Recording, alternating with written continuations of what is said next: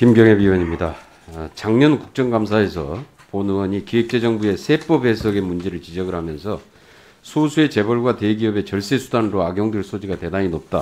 그래서 이 부분에 대한 제도 개선을 요청을 했고, 세제실에서 제도 개선 약속을 했는데 어떻게 진행되고 있습니까? 진행됐습니까? 어떻습니까? 예, 뭐 의원님께서 지적하신 내용이라 제가 그 후속 조치를 취했을 텐데요. 제가 구체적으로 혹시 저희 세제실장님, 예, 어떻게 되고 있습니까?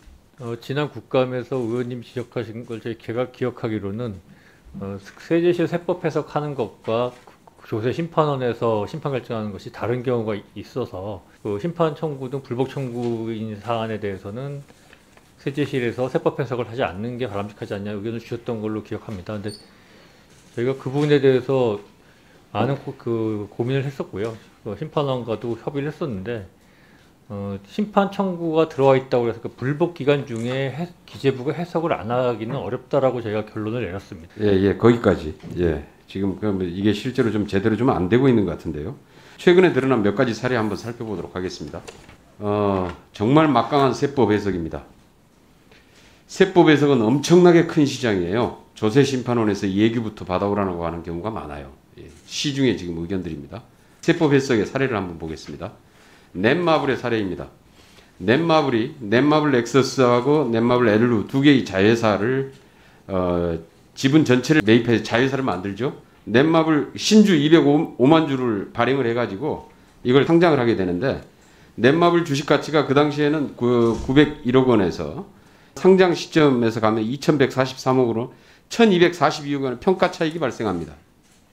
그래서 원래 지금 상속세 및 증여세법 제41조 3항에 의하면은 특수관계인이 기업 내부 정보를 이용할 수 있는 최대 주주 등으로부터 비상장 주식을 증여받거나 유상으로 취득하고 5년 이내에 증권시장에 상장되어 가액이 증가되는 경우에 증여세를 부과한다라고 명시가 되어 있습니다. 그런데 여기에 대해서 이 기가 막힌 기재부의 세법 해석으로 국세청에서 여기에 따라서 증여세를 부과를 했는데 이걸 막습니다.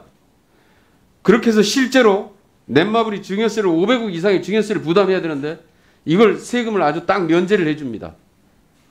이래서야 되겠습니까? 그것도 이 세법 해석 신청을 했는데요. 이 속도가 얼마나 빠른지, 세법 해석 평균 처리 기간이 710일인데 넷마블 건 해석 처리 기간이 80일입니다. 빛의 속도로 거의 답변을 해줍니다. 해석을. 어떻게 됐냐?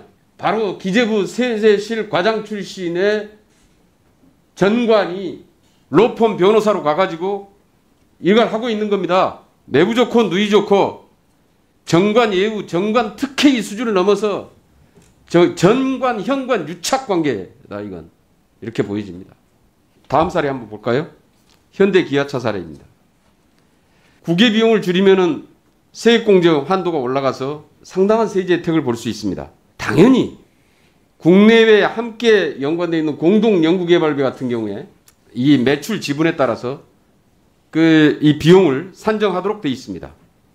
그런데 꼼수로 국외 비용을 줄여줍니다. 전부 다 국내 비용 처리하고 국외 비용을 줄여줘서 여기에 대해서 국세청이 약 728억 원의 추징을 했어요. 이것도 역시 세법 해석으로 이걸 막아줍니다. 세법 해석 제도. 지금 이런 일이 이렇게 해서 벌어지고 있습니다.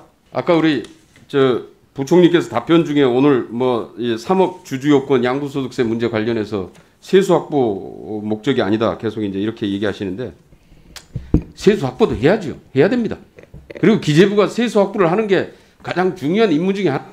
해야 되는데 조세 형성성도 추구해야 되고. 그런데 현재의 법과 시행령에 의해서 규정되어 있는 것을 세법 해석을 통해서 이렇게 다 탈루하게 만들고 세금을 마음대로 감면해주고 세법 해석 제도 폐지해야 되지 않겠습니까? 조세 심판은 완전히 무력화시켰습니다.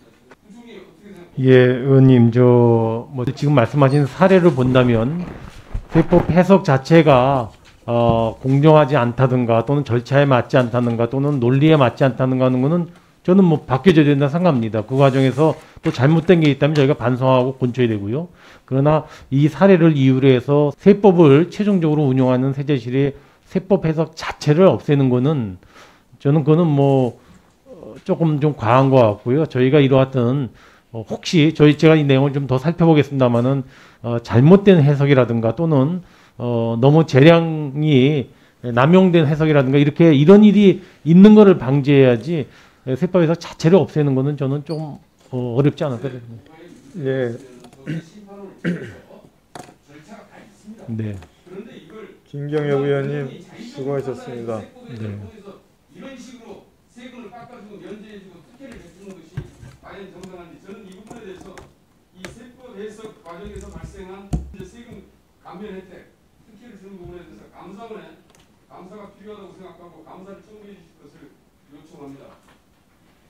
예, 의원님 하나만 말씀을 드리면은 이제 뭐 부동산 관련해서도 국토부가 관련 법령에 해석을 주고 또는 뭐 산업부도 마찬가지로 산업과 관련된 주고 해서 세법도 마찬가지로 간단한 거에 대한 세법 해석으로 이 일이 간단하게 소송이나 심판까지 안 가고 처리된 것도 많아서 저는 필요하다고 봅니다만은 의원님 지적하신 사안에 대해서 지금 잘못된 거라든가 또는 남용된 거라든가 한 것이 있으면 저는 당연히 그런 거에 대해서는 뭐 처리가 대응이 돼야 된다고 생각을 합니다. 그건 의원님 의견에 제가 동의를 합니다.